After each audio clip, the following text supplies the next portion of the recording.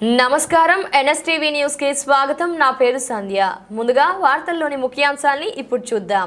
తెలంగాణ జాగృతి రాష్ట్ర అధ్యక్షురాలు కల్వకుంట్ల కవిత పిలుపు మేరకు తెలంగాణ రాష్ట్రంలోని అన్ని జిల్లాల కలెక్టర్ కార్యాలయం ముందు నిరసన కార్యక్రమం నిర్వహించి జిల్లా కలెక్టర్కి వినతి పత్రం ఇవ్వడం జరిగిందని కామారెడ్డి జిల్లా అధ్యక్షులు సంపత్ గౌడ్ తెలిపారు.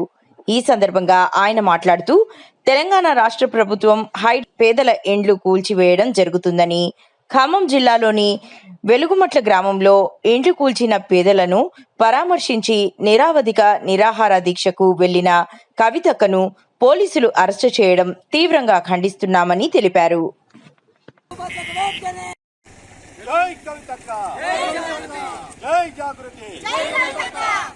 చోటనే బాధితులకు వెలుగుమట్ల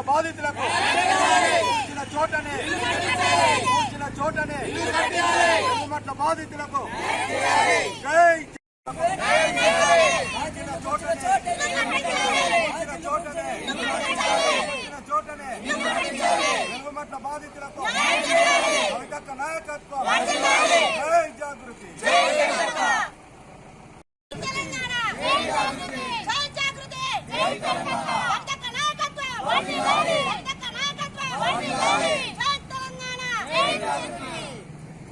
కవితక్క, జై జాగృతి.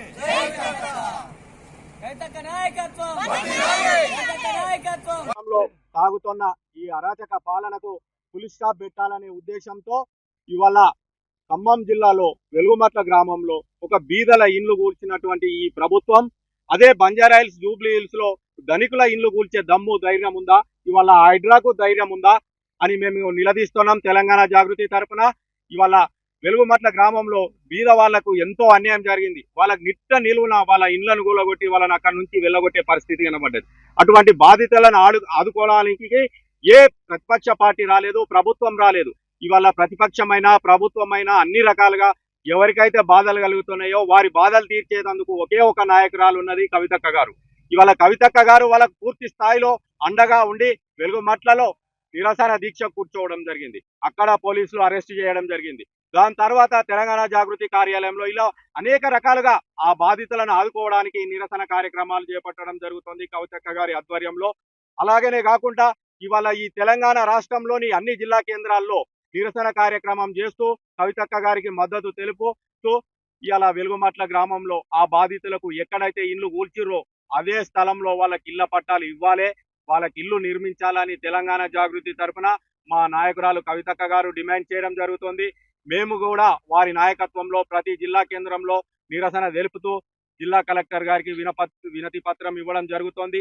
ఆ బాధితులకు న్యాయం జరిగి పూర్తి స్థాయిలో ఒక్క బాధితునికి కూడా మిస్ కాకుండా వాళ్ళ ప్రతి బాధితునికి ఇళ్ల స్థలం, ఇల్లు నిర్మించి ఇవ్వకపోతే పెద్ద ఎత్తున రానున్న రోజుల్లో కవితక్క గారి నాయకత్వంలో ప్రతి జిల్లా కేంద్రంలో జిల్లా జాగృతి ఆధ్వర్యంలో మేము నిరసన కార్యక్రమం చేస్తాం. అవసరమైతే నిరాహార దీక్షలకు కూడా వాళ్ళకి న్యాయం జరిగే వరకు పోరాటం చేస్తాం.